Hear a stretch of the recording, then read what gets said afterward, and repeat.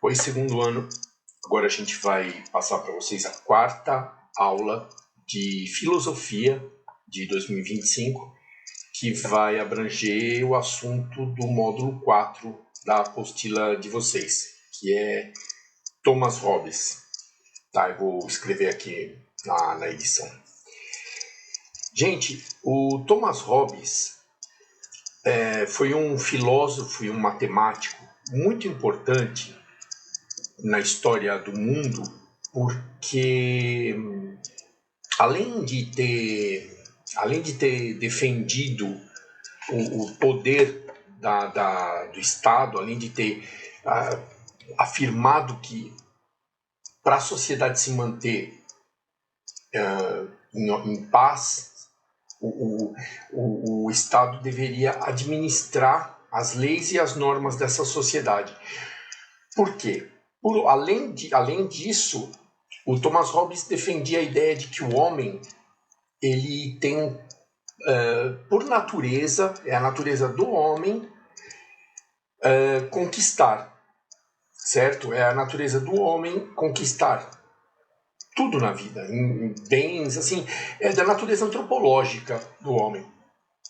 E para que as sociedades existissem de uma forma mais pacífica, mais ordenada, o Thomas Hobbes, sendo um filósofo contratualista.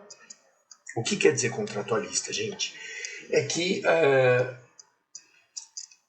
o cidadão venderia a sua liberdade, cederia a sua liberdade ao governo, ao rei, no caso, em troca de proteção e manutenção da ordem.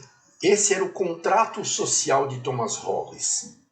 O cidadão cedendo a liberdade dele para o rei ou para o governante, em troca desse rei ou governante imporem, fazerem funcionar as regras e as leis nesta sociedade, para que não fosse uma luta de todos contra todos, percebe?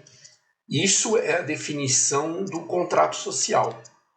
E o Thomas Hobbes ele afirmava que na sociedade deveria haver um Estado poderoso para manter a sociedade ordenada, para que fizesse cumprir as leis e as regras e não fosse uma eterna batalha de todos contra todos. Muito bem. Agora, lembrando da história, a gente sabe muito bem que no declínio do período feudal, no declínio da Idade Média, a gente teve a associação da nobreza, né, da família real, com a burguesia. A burguesia que estava ficando poderosa. Por quê? Porque os interesses da igreja já não estavam mais agradando a burguesia, né? A burguesia precisava se tornar mais importante politicamente que a própria Igreja Católica e, fortalecendo o poder do rei, o suzerano chefe de um estado, né? Perante os seus vassalos senhores feudais, lembra disso, suzerania e vassalagem? Os comerciantes garantiriam uma ausência de regras diferentes em cada feudo e um livre comércio facilitado, certo? Por que a burguesia passou a financiar a família real, passou a financiar a nobreza? Porque simplesmente uma unidade de poder facilitaria o trabalho deles, facilitaria o comércio, percebe? E assim, no início dessa união burguesia-monarquia, tudo ótimo, a monarquia estabeleceu moeda, como vocês sabem, né? Estabeleceu língua comum entre os feudos, né? Uma língua falada no estado absolutista, e facilitou as regras de tráfego, né? Dos produtos e dos comerciantes no geral. Só que com o tempo, esse soberano absolutista, ele passou a ser, como ele estava detendo o poder sobre a sociedade, ele passou a exercer também um certo, como é que eu vou dizer para vocês, um certo temor na sociedade, impondo as suas regras. E com o tempo, né, com o passar dos anos, o próprio rei passou a exercer poder absoluto sobre o comércio também, com a imposição de impostos, taxas e fazendo as leis, fazendo o que lhe desse na telha, né? E isso também desagradou a burguesia com o passar do tempo. O que acontece, gente? Essa história de contrato do Thomas Hobbes prevê um Estado forte, certo? Prevê um Estado que possa determinar leis e regras. Só que os comerciantes passaram a sentir que os interesses deles já não eram mais os mais importantes para a monarquia. Né? Isso é natural de acontecer, porque a monarquia também visava poder. E a partir do momento que ela foi empoderada inicialmente com capital financeiro pela burguesia, passou a mandar na igreja, nos feudos, que passaram a se tornar os estados, né, dentro de um estado maior, que passou a se tornar o país, e passou a impor as regras também para a burguesia. E isso realmente não estava nos planos da burguesia. Tanto que a própria burguesia, se unindo aos trabalhadores urbanos e rurais da França do século XVIII, promoveram o movimento mais conhecido, um divisor de águas na história, que foi a Revolução Francesa. Foi a queda da monarquia francesa, Luís XVI, certo? Porque o povo, junto com a burguesia, queria uma república. Desejava que todos tivessem o mesmo valor político.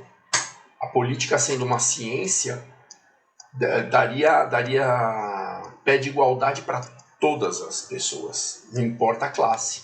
E quando a monarquia estava bem forte na Europa, principalmente na França, a monarquia mandava e desmandava.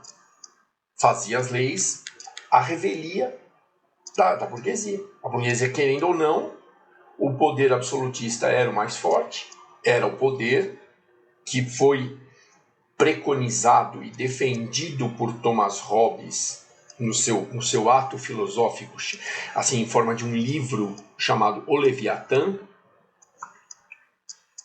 que acabou desagradando, né?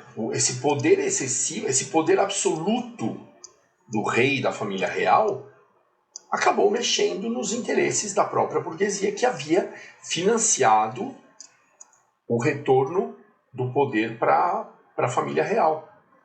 Gente, com isso, a gente observa o advento da Revolução Francesa e a tomada de poder pelos trabalhadores e pela burguesia, que exigiam uma república.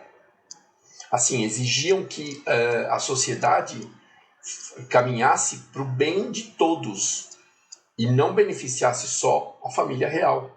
Percebe? A monarquia francesa foi o estopim da Revolução Francesa, a fartura e a facilidade de vida da monarquia francesa foi o estopim para a Revolução Francesa. Porque o povo da França trabalhava demais, pagava impostos demais para manter essa burguesia e vivia na miséria. A própria...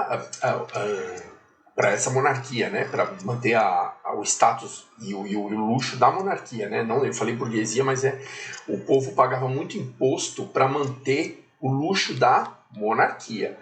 A própria burguesia em si tinha que seguir as regras que a monarquia determinasse. Portanto, uniram-se todos, proletariado, trabalhadores e burgueses, mais conhecidos como jacobinos e girondinos, para quem lembra das aulas de história sobre a Revolução Francesa, e derrubaram o poder monárquico na França. Gente, desse capítulo do módulo 4 da apostila de filosofia de vocês, que trata sobre Thomas Hobbes, é importante que vocês tenham em mente que Thomas Hobbes foi um contratualista. Acho que a parte mais importante desse módulo é isso. É que vocês conheçam o que seria a filosofia contratualista, que eu falei agora há pouco. Seria a existência de um Estado poderoso ordenando e regrando a sociedade, com anuência dessa própria sociedade, que perceberia, com o passar do tempo, que se não houvesse uma lei estabelecida por alguém poderoso, que é o Estado Civil, a sociedade viveria em briga. Viveria um querendo defender o seu direito em detrimento do direito do outro. Todos contra todos, né? Como eu mencionei agora há pouco. Então, gente, vamos nos lembrar. Contratualismo é a linha de pensamento filosófico do Thomas Hobbes, certo? O que essa linha de pensamento defendia? A existência de um Estado civil ordenando uma sociedade, onde os membros da sociedade, os indivíduos, trocariam a sua liberdade de fazer o que bem entendesse pela segurança que o Estado manteria nessa sociedade, impondo regras e leis. É isso. O contrato social é isso. Nós deixarmos de ser livres para fazer o que a gente bem entende, como, por exemplo, agredir o vizinho para pegar alguma coisa que a gente acha que a gente quer, porque o Estado vai impor leis, vai determinar que isso é um roubo, que cada um tem a sua propriedade privada, enfim. Gente, o Estado civil poderoso que cumpre o seu papel no contrato social do Thomas Hobbes é aquele Estado que causa temor nas pessoas. Só que esse temor causado nas pessoas, para que elas cumpram as leis e as regras, é menor que o terror causado numa sociedade sem regras. Uma sociedade cujos indivíduos fossem totalmente livres e capazes de agredir um ao outro. Uma terra sem lei, como a gente costuma falar, certo? Gente, esse capítulo é curto, portanto a aula de vocês será curta do mesmo jeito.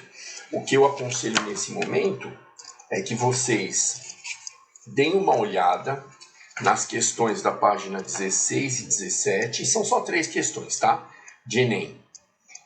Para que vocês, repetirei o que eu falo em toda a aula, para que vocês tenham noção de como é perguntado Thomas Hobbes nos exames admissionais para ensino superior, ou seja, para as faculdades, tá bom? Muito obrigado pela atenção, bons estudos para todos, tá ok?